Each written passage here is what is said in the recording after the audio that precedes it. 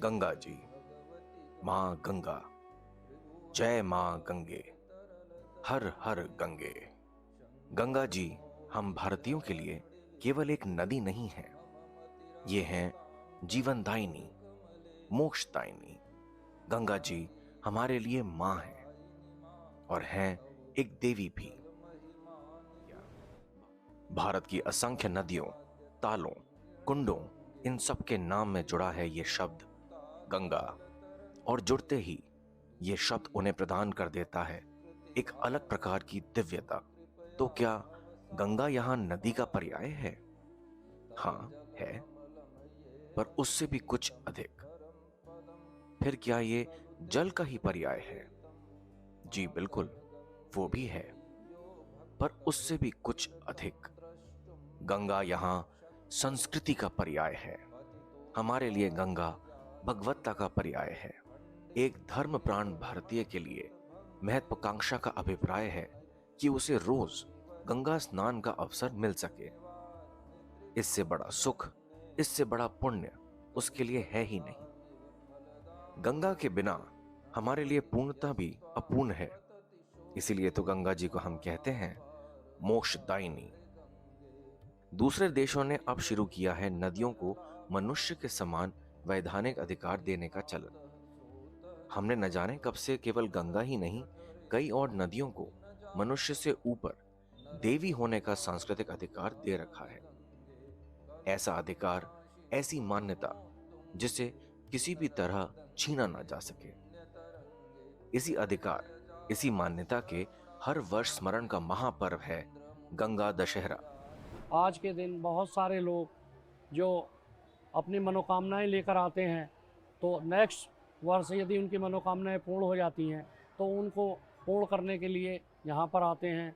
जैसे किसी के संतान नहीं है तो संतान की उत्पत्ति हेतु आते हैं, उसकी कामना पूर्ति होने पर तब यहाँ अपने पुत्र या पुत्री जो भी संतान होती है उसको गंगा जी को अर्पण करते हैं और बैंड बाजों के साथ एक पूजन की परंपरा है।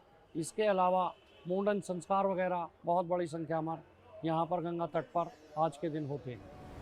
गंगा दशहरा केवल मां गंगा के प्रति हमारी कृतज्ञता की वैश्विक घोषणा भर नहीं, ये हमारे उन पूर्वजों के प्रति श्रद्धा स्मरण और उनकी उद्यमशीलता के प्रति कृतज्ञता के ज्ञापन का महापर्व भी है, जिनके तप से गंगा जी का अवतरण हुआ। अधिकतर लोग यही जानते हैं कि गंगा जी का अवतरण केवल महाराज भागीरथ के तप का फल है। यह सच भी है कि अंततः फलित तो महाराज भगीरथ का ही तप हुआ, लेकिन महाराज भगीरथ ये तप करने वाले अकेले व्यक्ति नहीं हैं। वास्तव में इस तप का श्री गणेश किया महाराज भगीरथ के पितामह यानी बाबा महाराज अंशुमान ने। राजा सगर ने अश्वमेध यज्ञ प्रारंभ किया। राजा सगर के 60,000 पुत्र अश्व की रक्षा में थे और वो अश्व जो हैं कपिल मुनि के आश्रम में पहुंच गए। तो वहाँ पर उन्होंने जो है घोड़ा वो बांध लिया। बांधने के बाद जो कपिल मुनि साधना में जो उनका नित्य क्रम था उसमें बैठ गए। तो अश्व को खोजते खोजते जब वो वहाँ पहुँचे तो उन्होंने देखा कि अश्व तो यहाँ जो है खुला घूम रहा है और ये मुनि अकेले बैठे हैं। तो उन्होंने अपशब्द कहे, उनका अपमान किया। तो उनकी आंखें खुली और उन्होंने जो है उनको तत्काल अपने तप बल से भस्म कर दिया। तो 60,000 सगर के पुत्र वहाँ भस्म हो गए। उसके बाद जो है उसका प्रायश्चित पूछा गया कि इसका प्रायश्चित क्या है। तो उसका प्रायश्चित ये हुआ कि अगर माँ गंगा पृथ्वी पर आकर इनको अपने जल का स्पर्श दे दें तो इनकी मुक्ति हो जाएगी। तो जब वो बात पता लगी तो राजा सगर ने तपस्या की, गंगा जी को नहीं ला पाए। उसके बाद राजा दिलीप ने तपस्या की, वो नहीं ला पाए। आज ने तपस्या की, तो बाद में उसमें पीढ़ी दर पीढ़ी राजा भागीरथ ने जो तपस्या की उसके फलस्वरूप वो उन्होंने आना स्वीकार किया। और आना स्वीकार करने के बाद फिर ये हुआ कि मेरा वेग इतना प्रबल है कि उसको संभालेगा कौन। तो फिर राजा भगीरथ को ये आदेश हुआ कि आप भगवान शंकर को प्रसन्न करें। भगवान शंकर की उन्होंने तपस्या की, उन्हें प्रसन्न किया और भगवान शंकर ने अपनी जटाएं खोल दी और वो जटाओं में आ गई। कहावत है, जहां गंगा वहीं तीर्थ। यहां तक कि गंगा का स्मरण मात्र साधारण स्थान को तीर्थ में बदल देता है। इसी अवसर पर पूरे देश में जहां कहीं भी गंगा जी हैं, वहां लोग गंगा तट पर आते हैं। श्रद्धालु गंगा जी का पूजन करते हैं और गंगा जी में स्नान, ध्यान तथा दान करते हैं।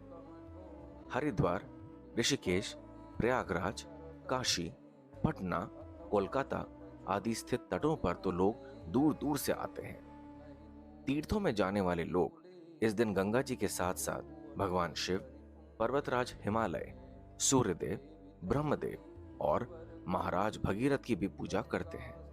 जो लोग गंगा तट वाले तीर्थों में नहीं जा पाते, वे यमुना, कृष्णा, कावेरी या किसी भी नदी के प्रति गंगा की धारणा कर वहीं स्नान कर लेते हैं। घर पर गंगा दशहरा मनाने के लिए देखिए, हर हिंदू के लिए तो बताया गया है कि हर हिंदू के घर में गंगा जल अवश्य होना चाहिए। और गंगा जल की ये मान्यता है कि गंगा जल में जो भी डाला जाता है वो गंगा जल हो जाता है। तो खाली पात्र में, जो स्नान का पात्र है, उसमें पहले गंगा जल डालना है, उसके बाद दूसरा जल डालना है। उससे आप स्नान करेंगे तो गंगा स्नान का ही फल प्राप्त होता है। और पूजन और दान की वही परंपराएं हैं जो आप इस तीर्थ पर आकर करते हैं, वो आप अपने घर पर भी कर सकते हैं। मंदिर में आसपास जाके वो दान कर सकते हैं। गंगा जी की जयंती को दशहरा केवल इसलिए नहीं कहते कि ये तिथि दशमी है। इसका एक कारण ये भी है कि आज के दिन गंगा जी में स्नान, पूजन और दान से 10 प्रकार के पापों का नाश होता है।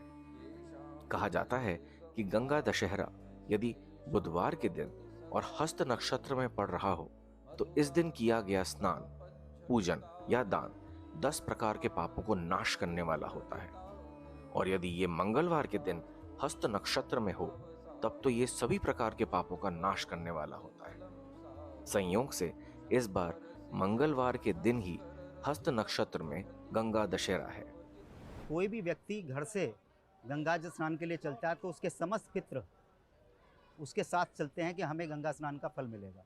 और माँ गंगा से प्रार्थना करें कि हे भगवती माँ, आपकी कृपा से मुझे गंगा स्नान का, आपका स्नान का फल मिला, मेरे समस्त पूर्वज तृप्त हों, मेरे समस्त पापों का क्षय हो। और उसके बाद जो है गंगा में जब स्नान करें तो तर्पण की हमारे यहाँ परंपरा है। तो भगवान सूर्य को जल दें, ऋषियों को जल दें, अपने पितरों को जल दें। गंगा जी के प्रति श्रद्धा भाव केवल भारत ही नहीं, उन सब देशों में है जहां भारत की संस्कृति पहुंची। मॉरिशस में भारतवंशियों के लिए सबसे पवित्र तीर्थ गंगा तालाब है। हर साल शिवरात्रि के दिन यहां 5 लाख से अधिक हिंदू लोग कांवड़ लेकर आते हैं। तौर तरीकों में थोड़े बहुत स्थानीय परिवर्तन के साथ, क्या आपको नहीं लगता कि गंगा हमारे लिए संस्कृति का पर्याय है? भारत के मानचित्र पर गौर करें तो पाएंगे कि संस्कृति ही नहीं, हमारी सभ्यता का विकास भी मां गंगा के तट पर ही हुआ। गंगा के तट पर ही कई शहर बसे और विकसित हुए। इन शहरों ने करोड़ों लोगों को रोजी रोटी दी और दिया भारत की जीडीपी में बड़ा योगदान। लेकिन मां गंगा को इन शहरों ने क्या दिया? थोड़ा सोचकर ही सर शर्म से झुक जाता है। आज गंगा जल का अभी आप देख रहे हैं कि ये जब से सरकार आई है, मोदी सरकार, तब से तो ये जल भी आपको दिखाई दे रहा शुद्ध है। यहाँ आचमन भी नहीं कर सकते थे। इतना प्रदूषित भारत की ही जनता है, भारत के ही प्रशासन है या औद्योगिक जितने भी कूड़ा कचरा है वो सब इसमें डलता रहा है। अब कुछ कम हुआ है, पहले से यहाँ का फ्लो काफ़ी ठीक है। कम से कम आज इस महापर्व पर आइए हम सब संकल्प लें कि गंगा जी को प्रदूषित करने में स्वयं मेरी अपनी कोई भूमिका नहीं होगी। सदा नीरा मुक्तिदायिनी मां गंगा या ये अविरल प्रवाह ऐसे ही बना रहे, इसके लिए उन्हें अधिक से अधिक स्वच्छ रखने के महायज्ञ हम स्वयं अपनी ओर से योगदान करेंगे।